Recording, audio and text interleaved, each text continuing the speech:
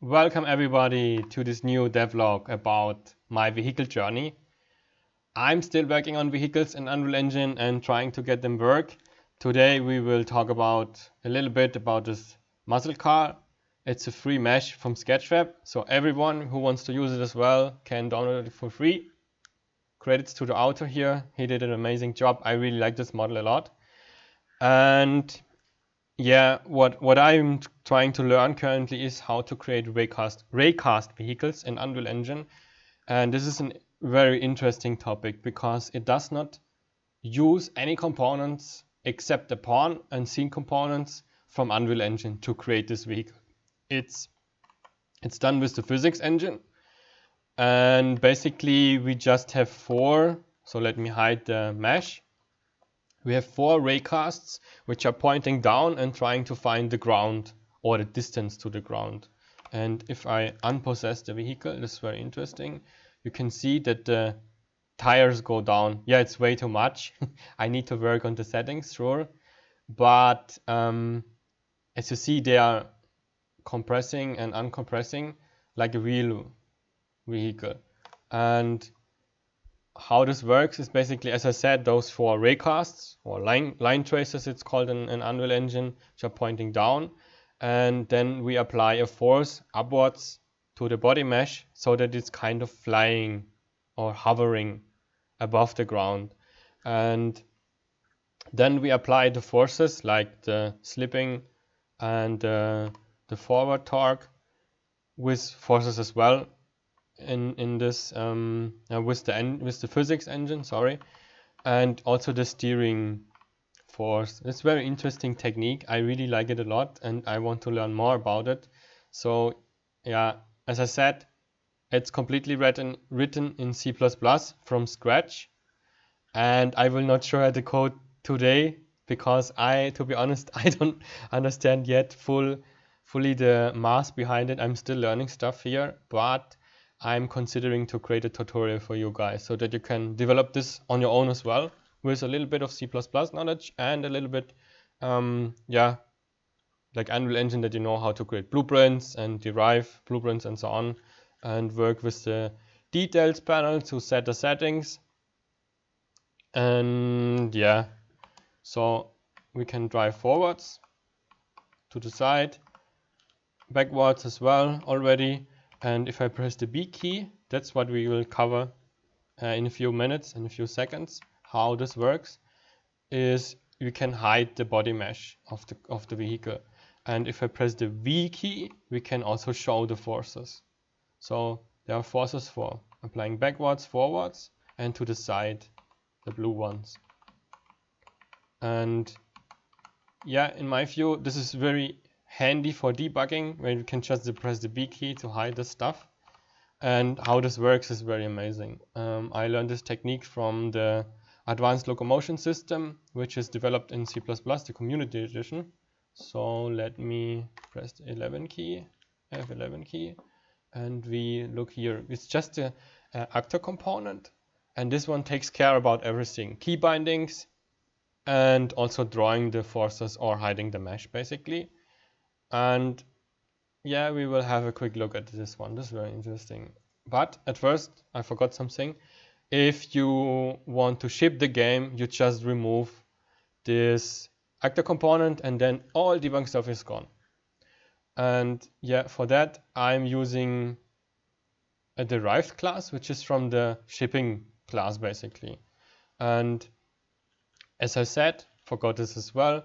So here we have the four wheels, which are scene components, and we can place them around very easily in the static mesh and then set the settings here in the details panel. So for example, we have one setting which is quite interesting. We can say here we want to spawn another static mesh component, which is the visual representation of the wheel, basically. So if we go here and open this one, you see here you can set the static mesh, and which is very important, you have to disable the collision. Otherwise, your vehicle might fly into the air and yeah, it goes very crazy quite quickly because yeah, you have overlapping meshes which try to simulate physics, and yeah, this does not work very well.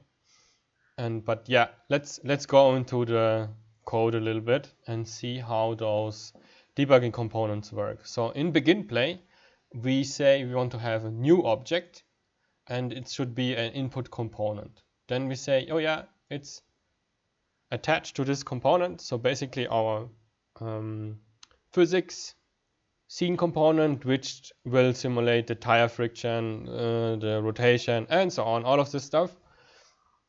And afterwards, we just say we want to register this component. So it's registering in the input system of Unreal Engine.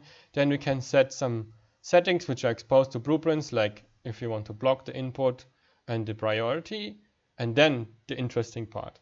So here we have this input component pointer which points to key binding, which we want to call the method bind key, and there we can say which key we want. So here's a very convenient list of all key bindings on your keyboard, and you can just reuse them very easily. And then we say that's an enum, where we say, oh yeah, if the key is pressed, we want to raise this, or we want to call this method from this component which we are currently in. And there we can say, afterwards there are more settings. I will not go into depth here, but we can say we want to consume the input so that only this bind key takes the input. Anyone else cannot take this input afterwards anymore. And here I set it to false because it's for debugging, so maybe we are using these keys as well in our vehicle, which we should not, but then we don't consume it basically. And then let's go into this one. This is very easy to understand. It's just a Boolean which we invert basically. So we say, is debug view active? We just say no, not, and we use the same variable again. So each time we call this method, it will be toggled to true, false, true, false, true, false. And in tick component, that's how it's named in the C++ world. We say, yeah, if this is true and we have a world, because we need this for drawing debugging arrows or directional arrows, that's how the function is called, and then we can draw the states of the wheel basically. So here we have a force in x direction, y direction, z direction, and then we normalize this one. I will go more into depth in a future video, and then we multiply it with 100 again so that we can still see it. Then we set all the settings like line thickness, arrow size, color, and so on, all of this stuff, very similar to blueprints as well. And then we can draw it each frame. And so that's how we can introduce very easily, just with a few lines of C++, actor component which takes key inputs, which is not possible yet in Unreal Engine 4, but I have read some news about our Unreal Engine 5, and there they also exposed it to blueprints as well. So if you want to do something similar in pure blueprint projects, maybe you should consider to switch to the new version. But if you are a little bit experienced with C++, you can still use the approach here above, which I've showed you here or presented you here, and you can very easily just introduce some key bindings which are only in actor components with the help of a little bit of C++. And yeah, let me go back. So we play the game again. If I can find the editor. Is it gone? No, it's not gone. It did not crash. So here, make it full screen. You can see it better. If I press the B key, the mesh is gone. Very easy to debug for a developer like me. V key to show the forces.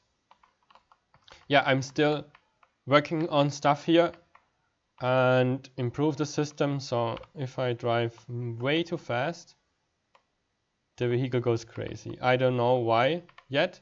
So maybe I need to know, or I need to check the forces. And yeah, I'm still learning this technique as well. And if I know everything to create the first prototype with you guys, I will create a tutorial and share it here on YouTube so that you can develop such systems from scratch as well, and hopefully understand the math behind it as well, or maybe can help me to understand it better and yeah, correct me if I did some issues or told you some issues which are completely wrong. So, and I think it's now the end of this devlog, so let me know in the comments below what you like about the system. Would you be interested in those tutorials as well? And yeah, I forgot to say, this tutorial will be purely in C++, and I want to help you guys if you might want to consider moving from Blueprint to a little bit of C++ code, then this tutorial series will be perfectly for you. And also the second topic I want to cover in this tutorial is Git, and also to take away the fear of C++. It's not that hard, and we will not care too much about pointers and all of this complexity of C++, just a little bit. We will more focus on those physical equations, and I will show you how to implement them very easily with C++. And yeah, that's the end of the devlog. Looking forward to your feedback, and happy coding or developing to all of you. See you soon. Bye.